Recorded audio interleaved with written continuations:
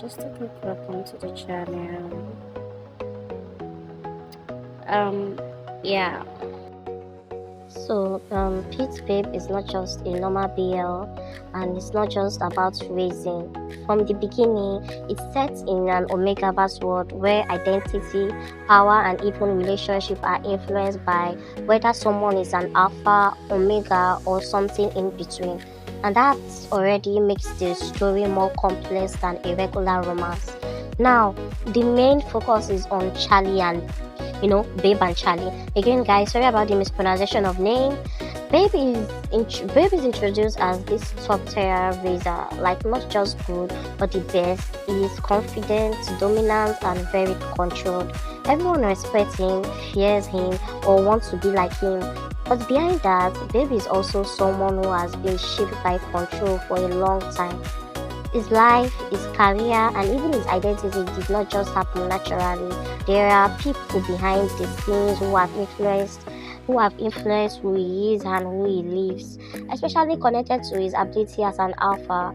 Then Charlie comes in, and his entrance is not as random as it's not random at all. Like you said, Charlie is basically a stalker at the beginning. He has been watching Babe for a long time, studying him, admiring him, and even waiting for the right moment to approach him.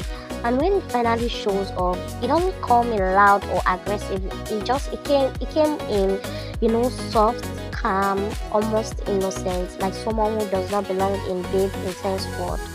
And that's exactly what makes Babe notice him, because Charlie is different.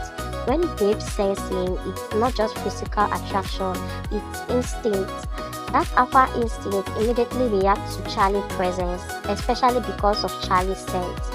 And in Omegaverse stories, sense is not just a small detail, it is something that connects people on a deeper level, emotionally and physically. So from that moment, there's already a connection forming even if Babe does not fully understand it yet. Charlie presents himself as a fan, someone who admires Babe, someone who is harmless, and Babe, who is used to control and dominance, finds something interesting in that. So instead of pushing Charlie away completely, he allows him to stay around just a little. And that little becomes the beginning of everything. Because once Charlie enters Babe's space, it doesn't leave.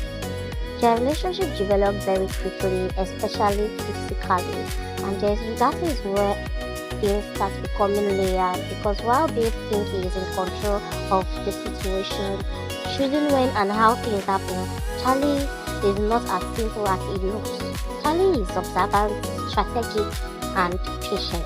He lets Babe think he's leading, but at the same time, he slowly inserts himself deeper into Babe's life. And this is where the story becomes more than just attraction, because as time goes on, Babe starts depending on Charlie in ways he didn't expect, not just physically but emotionally. Charlie becomes someone Babe looks for, someone who calms him down, someone who understands him without saying too much. But the truth is, Charlie already knows more about Babe than Babe knows about himself. And that's where the hidden manipulation starts coming in. Because Charlie is not just a fan, he is connected to the bigger system behind Babe's life, especially the people who have been controlling and using Babe because of his ability. So his presence is not accidentally, it is part of something big. And this creates a very complicated dynamic, because Charlie genuinely developed feelings for Babe. That part is real, but at the same time, he's still hiding things, still moving with a purpose that Babe doesn't fully see yet. So Babe, who has spent his life being controlled, slowly open up to someone he thinks is different, only to later realize that this person is also connected to that same world of control. That realization hits hard, because it's not just about betrayal, it's about repetition. It's about Babe feeling like no matter what he does, he's still trapped in a system where people use him, study him, or enter his life with hidden intention. At the same time, Charlie is also struggling, because the more he stays with Babe, the harder it becomes to separate his mission from his emotion. He's no longer just observing or planning, he's feeling, and that complicates everything he does.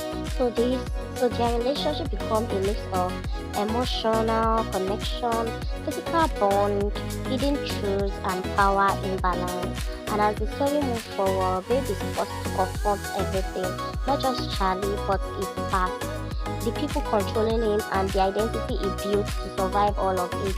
The romance does not just happen, it is built through conflict, realization, and breaking down emotional walls. By the time they start becoming honest with each other, it doesn't feel like a simple love story anymore. It feels like something they had to fight for through manipulation, control, and emotional confusion. So Pete Babe is not just about racing or attraction, it's about what happens when someone who has already been controlled starts to trust someone. And that trust is not as simple as it seems. So now let's dive deeper. So when you move past just Babe and Charlie's surface story, that's when Pete's Babe actually becomes darker and more complicated. Because Babe is not just a raiser and Charlie is not just a fan who fell in love. There's an entire system behind them. Babe's ability as an alpha are not natural in the way it first things. They are tied to experimentation, control, and people who see him more as something valid than as a person. That's why Babe is so guarded, so controlled, and so used to handling everything alone. He has never really had the freedom to just live normally, and this is where the character like Way and Jeff come in, and they change how you see everything. Way especially is one of the most understanding parts of the story. On the surface, it looks like someone close to Babe, someone loyal, someone who cares. But the deeper you go, the more you start questioning his position. Because Way exists in that same system that has been controlling Babe. He knows more than he says, and he doesn't always act in Babe's best interest, even if it looks like he does. So Babe is surrounded by people who are close to him but not fully honest with him. Jeff, on the other hand, brings out the emotional contrast. His storyline shows what happens when someone is almost caught in that same system but reacts differently. Through Jeff, you start seeing that Babe is not the only one affected. There are others who have been shaped, used, and controlled in similar ways, and it makes Babe's situation feel less isolated and more like part of something bigger.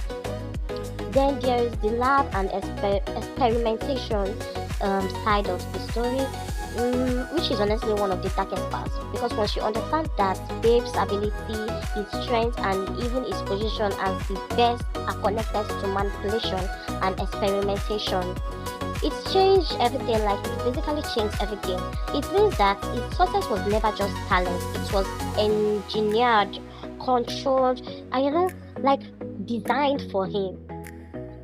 So Babe's whole identity becomes something he has to question.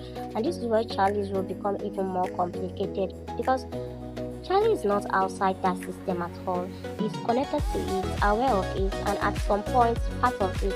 So when Charlie enters Babe's life, he's not just entering as someone in love, he's entering as someone who already knows the truth about Babe. That's why his action feels layered. When he protects Babe, it feels real. When he cares for Babe, it feels genuine. But at the same time, you can't ignore that he came into Babe's life with knowledge and intention that Babe didn't have. So Babe is opening up to someone who already understands his weaknesses, his past, and his situation, while Babe himself is still trying to figure it out. That imbalance is what makes their relationship feel so intense. And when the truth starts coming out, it's not just it's not just one revelation. It's layers of truth. Babe realizing that his life was controlled, his ability were used, the people around him knew more than they said, and the people he trusted the most was not completely honest from the start. The emotional breakdown hits differently because it's not just about love, it's about identity. Who am I if I it's about who am I if everything about me was controlled? Who can I trust if everyone knew the truth except me? At the same time, Charlie is also forced to face himself because at some point he has to choose, does he continue being part of that system or does he fully stand with Babe, even if it means going against everything he came from? And that's where the story shifts from manipulation to resistance. Babe is no longer just reacting, he starts fighting back. not just in raising but in his own life. He starts taking control of his choices and his relationship and his identity. And Charlie, if he wants to stay with Babe, has to prove that his feelings are not just real but stronger than his past actions. So when you look at Speed Babe as a whole, especially including everything happening behind the scene, it's become less about romance and more about breaking out of control. The raising is just the surface, the Omegaverse is just the structure, but the real story is about power, identity, and freedom. Freedom, especially, and the relationship between Babe and Charlie sits right in the middle of all that. Messy, complicated, but still real in its own way. Okay, guys, again, sorry about the mispronunciation of names.